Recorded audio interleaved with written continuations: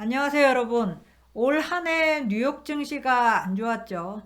그리고 이 뉴욕 증시 3대 지수 중에 특히 나스닥 컴포짓의 하락이 가장 컸습니다.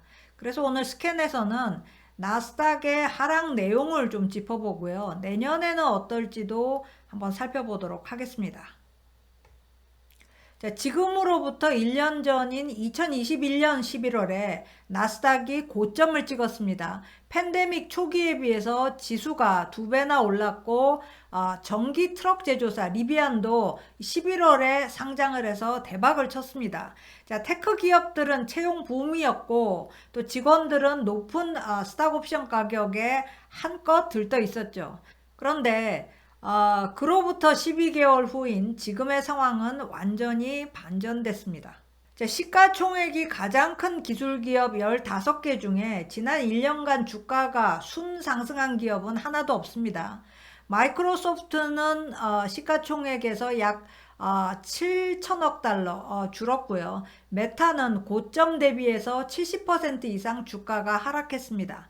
나스닥 전체로는 7.4조 달러 손실을 봤는데 7.4조 달러면 우리 돈으로 한 1경원 정도 됩니다. 이 금액이 감이 잘 안 잡히는데 우리나라 한 해 예산의 한 20배 정도 된다고 보면 됩니다. 엄청난 금액인 거죠. 나스닥이 이렇게 큰 폭으로 하락한 원인을 찾아보면 가장 큰 원인은 금리 인상 때문에 쉬운 자본, 이지 캐피탈에 대한 접근이 차단됐다라는 데 있을 것 같고요. 그리고 인플레 때문에 기업이 약속하는 미래 수익도 현재 기준에서 보면 가치가 떨어지는 겁니다. 또 클라우드 주식도 암호화폐와 함께 폭락을 했고요. 그래서 기업들은 지금 여러 가지 고통에 직면해 있는데요. 비용 절감해야 되고 채용 동결하고 있습니다. 그리고 해고도 하죠. 또 스탁 옵션을 기대하면서 상장 전에 일찌감치 기업에 참여한 임직원들은 좌절감을 느끼고 있습니다. 예, 올해의 기업 공개 IPO는 작년과 재작년에 비해서 급감했고요. 기업 밸류에이션도 이미 크게 줄었지만은 더 축소할 전망입니다. 리비안의 시가총액은 고점인 1,500달러 대비 80% 이상 하락해 있습니다. 또 신규 상장 기업 지수에 투자하는 르네상스 IPO ETF는 지난 1년간 57% 하락했습니다. 그리고 또 다른 큰 원인은 코로나 팬데믹으로 일하는 방식, 그리고 쇼핑하는 방식, 또 학습하는 방식이 영구히 변할 줄 알았는데 그렇지 않은 것으로 판명이 났죠. 자, 영구 변화를 전제하고 투자를 했는데 이 투자는 과잉 투자고 오판이었던 겁니다. 결과적으로 2000년대 초에 있었던 닷컴 버블 붕괴 이후 나스닥이 처음으로 S&P 500에 연패할 상황에 봉착해 있습니다. 자, 2000년부터 2006년까지 나스닥은 힘을 못 썼습니다. 이 7년간 나스닥 실적이 S&P 500을 상회했던 것은 딱 한 해뿐이었습니다. 그렇다면 지금의 기술 기업들이 닷컴 버블 붕괴 때와 같은 이 바닥도 모르는 깊은 늪에 빠진 걸까요? 자, 여기서 우리가 기억해야 할 것은 그때와 지금의 차이입니다. 이 당시에 비해서 지금은 수많은 기술 기업들이 검증되고 강건한 비즈니스 모델을 가지고 있죠. 그런데 문제는 이 팬데믹에 대한 오판의 규모가 굉장히 크다는 것도 분명하다는 사실입니다. 자, 이 논쟁의 핵심에 메타가 있는데요. 무슨 얘기인지 살펴보겠습니다. 자, 마크 저커버그를 신뢰하는가라는 질문은 요즘 보면 저커버그라는 한 명의 CEO에 국한되는 질문이 아닌 것 같습니다. 자, 작년 말에 페이스북이 메타로 사명을 바꾸기 이전에는 시장 기대를 크게 상회하는 실적을 연이어서 산출하는 그런 회사였죠. 그리고 PC 기반에서 모바일 기반으로 변신하는 그 어려운 일을 성공시킨 기업이기도 합니다. 그러니까 당연히 투자자들의 신뢰가 컸죠. 그래서 작년에 페이스북에 내부 고발자라는 라든지 여러 가지 불미스러운 일이 있었음에도 주가는 20% 이상 상승했습니다. 예, 그런데 올 들어서 상황이 많이 달라졌습니다. 모바일 광고 수익이 감소하고 있는 마당인데도 저커버그는 수십억 달러를 아주 고집스럽게 메타버스에 썼고요. 그래서 투자자 신뢰를 많이 깎아 먹었죠. 주가는 약 70% 폭락했고 매출은 3분기 연속 감소했습니다. 결국 최근에 전체 인력의 13%에 달하는 11,000명의 감원을 발표했습니다. 인력에 대한 대규모 투자는 실리콘밸리 기업에게는 흔히 있는 일입니다. 구글이 인재 전쟁을 선도하면서 경쟁에 불을 붙였고요. 아마존은 유능한 프로젝트 매니저에게 연봉 70만 달러를 제안했고, 게임 회사 로블록스는 엔지니어한테 연봉 120만 달러도 제시했습니다. 특히 2020년 이후에 상장한 기업들의 연봉 경쟁은 더 심했는데요. 시작 연봉이 20만 달러인 경우도 있었습니다. 자, 이 급여 수준이 현재 급격히 하락하고 있는 중이죠.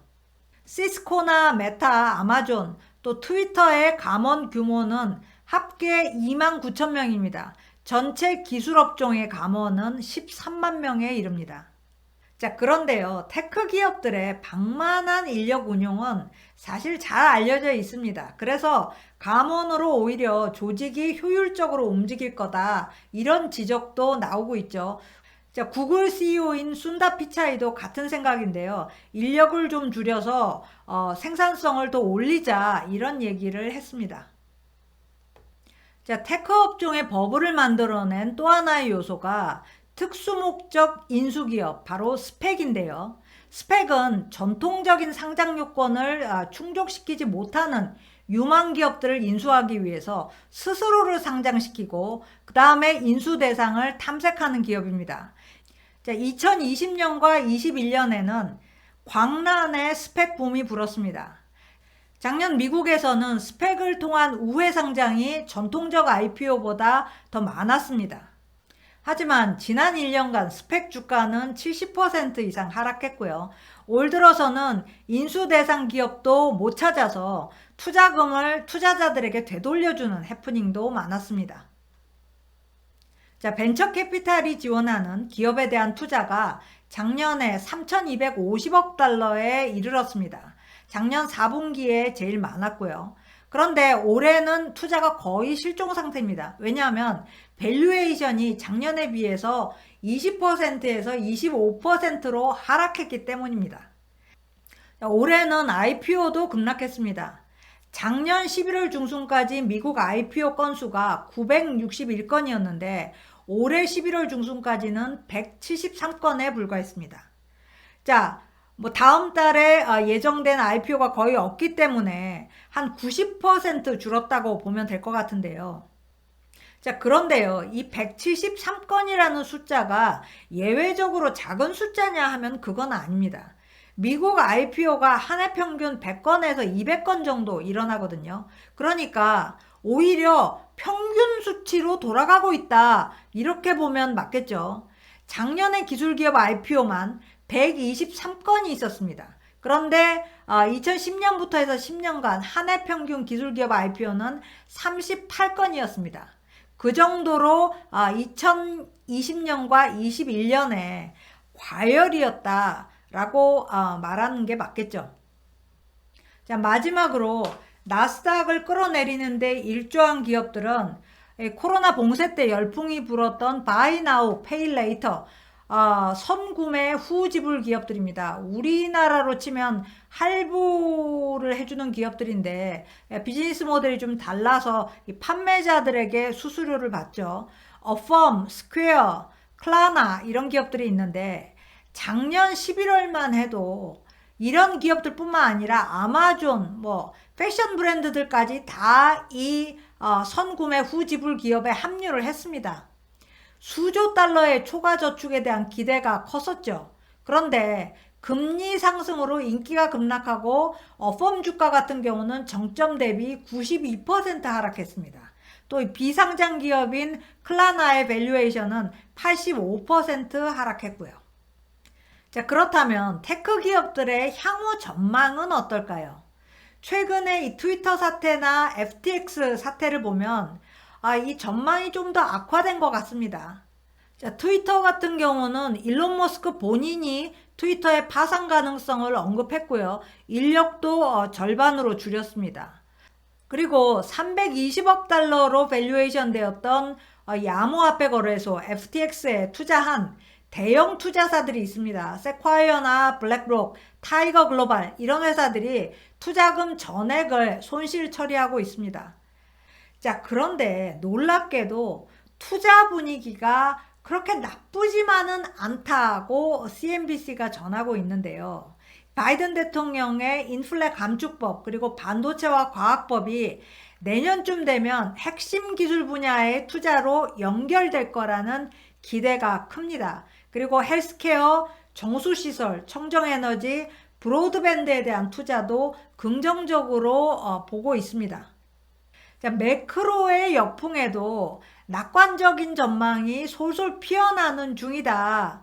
지금 이런 얘기들이 나오고 있는데 매크로의 역풍이라고 하면은 스태그플레이션이겠죠. 내년 경제가 결코 좋지 않을 텐데도 그 이유를 보고 기술 기업에 낙관하는 투자자들이 나오고 있다라는 얘기입니다. 자, 이렇게 보면 기술 기업들이 2000년대 초의 그 깊은 늪으로는 빠지지 않을 것 같습니다. 자, 오늘 스캔 여기까지입니다. 고맙습니다.